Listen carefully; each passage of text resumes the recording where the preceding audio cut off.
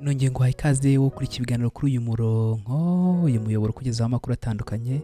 Nshimiye umubyeyi Mama Sylvie Tuyisabe ku mpanuro zitandukanye batugezaho ubuhamya n'ibindi bidufasha mu iyobokamana.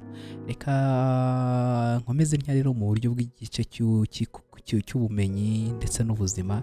Noneho tugiye kuvuga ku kantu k'ingenzi. Urabona ukuntu umuntu iyo asa neza rimwe na rimwe ahantu hadakenewe ubwoya yahogoshe, burya ni nacyo gituma burya akenshi tuba dukeneye ko dusa neza. Buriya ubwoya nabigereranya ni nk'ubwatsi bumera ku isi. Urabona ukuntu ubwatsi burinda isuri bukanafasha ahantu kuba hasa neza. Gusa rimwe na rimwe nanone uzarebe ubwatsi nubwo bimeze bityo cyangwa ibyatsi byose, hari igihe tuba tutabikeneye ahantu, ugasanga rimwe na rimwe barakubwira ngo tema ibihuru byegereye aho hantu, cyangwa se ahantu dushaka kuhacisha ikintu runaka nk'umuhanda n'iki. Ibyo bintu rero biha umurongo. Nabyo rero ni uko nguko, reka mbigenekereze ntyo. Burya hari igihe nyine ubwoya nubwo buba buza bufite akamaro kabwo, ariko ahantu utaba agomba kubureka. Muri iyi si y'abantu bagezweho Homo sapiens, uba ugomba kubiha umurongo. Ugasanga ufite umusatsi mwiza uconze, niba uri umuntu w'igitsina gore ufite imisatsi myiza ibyibushye, niba uri umugabo umeze neza, ntabwo ubwanwa bwako nyine bwagushokoreyeho. Noneho hari akantu ugiye kubwira rero ku buryo ushobora gukora ubwoya budakenewe ku ruhu. Burya abantu benshi barabikunda kandi bakanabikoresha, ariko uyu munsi ngiye kubwira noneho ikintu cy'ingenzi cyagufasha ukabikuraho cyane.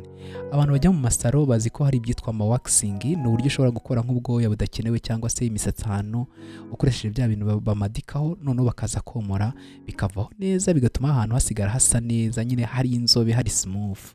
Ariko noneho ngiye kubwira ibintu by'umwimerere uraza kwifashisha n'ibintu bibiri cyangwa bigera kuri bitatu ushobora kwifashisha bitewe n'imimerere y'uko waba ushoboye, kandi ntabwo bihenze. ni bya bintu n'ubundi ushobora gukoresha iwawe. Uyu munsi rero ngiye kubwira nk'ukuntu ushobora gukuraho ubucakwaha cyangwa se ubundi bwoya uri ahandi hantu, ukabwomora neza, ugakora aka waxing keza, agapeste waxing, nyine igifuro cyangwa se igifote cyangwa se igikoma cyangwa se igipate ushobora komeka nk'ahantu ukagikuraho neza, ugasanga bwa bwoya buragiye kandi bugira ingaruka, ugasigara ahantu hasa n'inzobe hanasa neza. Icyo kintu rero nta kindi, urabuza kuba ufite korogate. Korogate ni ubwoko bumwe bw'umuti w'amenyo.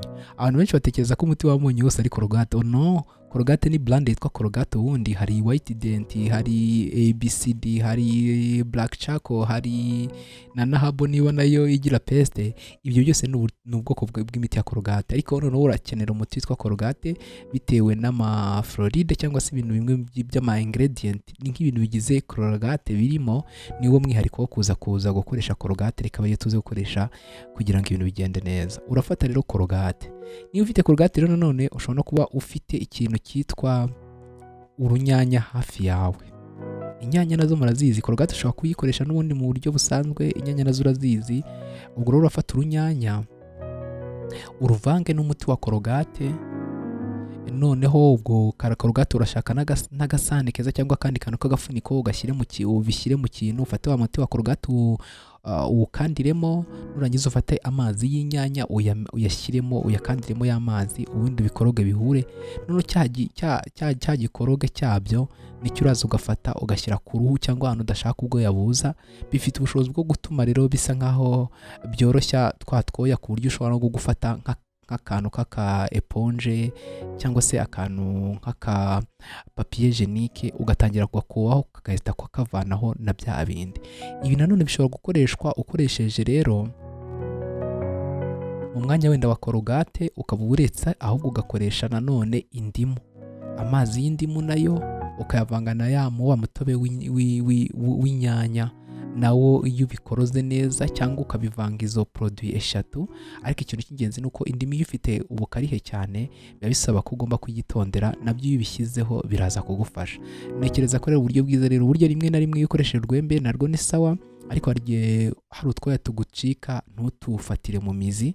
Gusa niba nanone ibyo bintu utabishobora kubikora, uretse ko nari nkubwiye ko icyo cyagufasha cyane ari na byiza, burya urwembe narwo ruba rukeneye, ugomba kuba usa neza, ntukabe waca ahantu ngo abantu bagucishemo ijisho, ugasanga nk'umuntu afite ubucakwaha bwinshi, ziri nk'umukobwa uri kubyina cyangwa se wagiye nko gusura abantu, ugasanga aho hantu ntabwo bimeze neza, biba atari ibintu bigaragara neza. Burya rero tugomba kugira iyobokamana rizima, tukaba abakristu n'abandi bantu bafite iyobokamana ryiza ariko tunasa neza kugira ngo tutabisitaza abandi, ahubwo tugomba kwita ku buzima bwacu kugira ngo nabwo bube bumeze neza.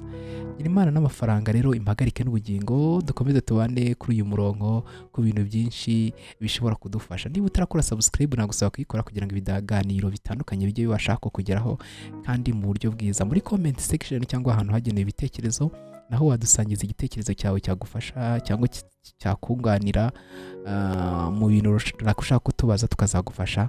Ubwo rero mukomeze gukurikira ibiganiro byacu kuri uyu murongo. Ciao ciao.